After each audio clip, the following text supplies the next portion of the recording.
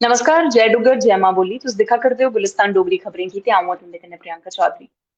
इक बक्खी 10वीं ते 12वीं दे रिजल्ट दे परैंत बच्चे अपनी खुशियां जेह्ड़ियां ऐ ओह् जाहिर करा करदे न ते मां प्यो भी खुश होआ करदे न।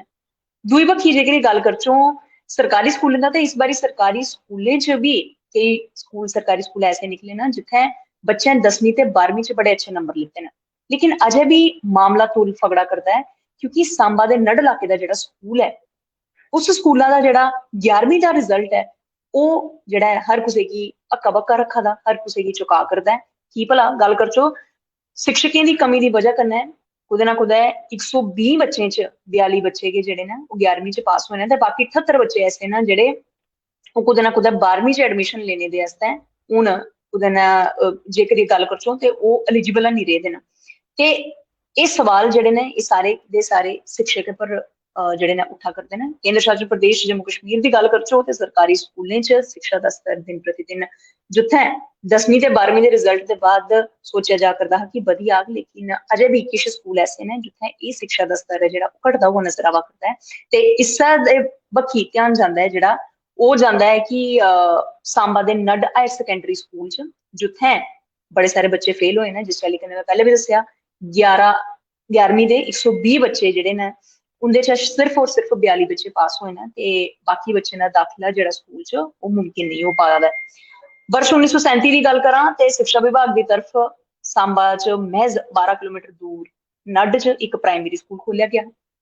बच्चें दी संख्या बधने दे परैंत गै शिक्षा विभाग ने 1957 च एह्दे च 6वीं ते 7वीं दी जेह्ड़ी क्लासां ही ओह् भी लाना शुरू करी दित्तियां ही ताकि एह्दे च बच्चें गी ज्यादा दूर तक जेह्ड़ा ऐ ओह् नेईं जाना पवै। गल्ल करचै 1964 दी ते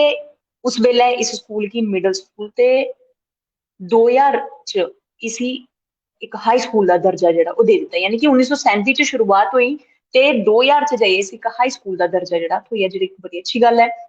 उत्थे दे बच्चे आस्तै जेह्ड़े जिंदी जेब जिंदा बोझा उ'नेंगी प्राइवेट स्कूलें च जाना जेह्ड़ा ऐ ओह् कुदै ना कुदै अलाउ नेईं करदा ते ओह् लोग इन स्कूलें च जाइयै अपने बच्चे गी अच्छी तालीम देई सकदे न।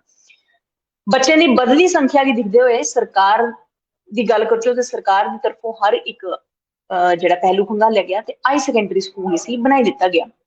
ते हाई सकैंडरी स्कूल थमां हाई सकैंडरी स्कूल जेल्लै बनाया ते जाहिर तौर पर कुसै अच्छी चीज दी कामना करने आस्तै बनाया, लेकिन ओह्दे बाद भी 11वीं दे रिजल्ट च 120 बच्चे जेह्ड़े न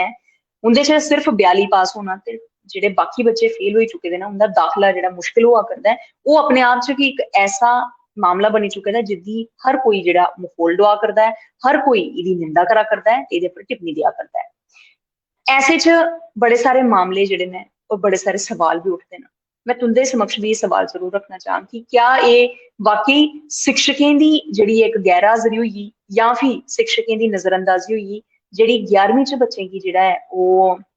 फेल होने पर मजबूर करी बैठी, जां फ्ही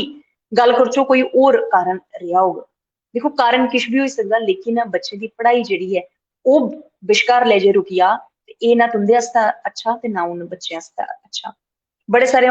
जेह्ड़े ऐसे अभिभावक ने, बड़े सारे मां प्यो ने, उंदा इक्को सपना होंदा कि साढ़ा बोझा सानू अलाउ नहीं करदा, साढ़े बोझे च इन्ने पैसे नहीं है कि निजी स्कूलें च जाइयै अपने बच्चें गी पढ़ाई सकचै, ताइयों ओह् सरकारी स्कूलें दा रुख करदे न। लेकिन जे सरकारी स्कूलें च भी बच्चे जेह्ड़े ने अजें बोर्ड दी परीक्षा च बैठे निं, ओह्दे शा पैह्लें गै जे फेल होई जान ते फिर किस चाल्ली दी एह् इक सोच है जेह्दे पर बदलाव लैने दी बड़ी ज्यादा जरूरत है।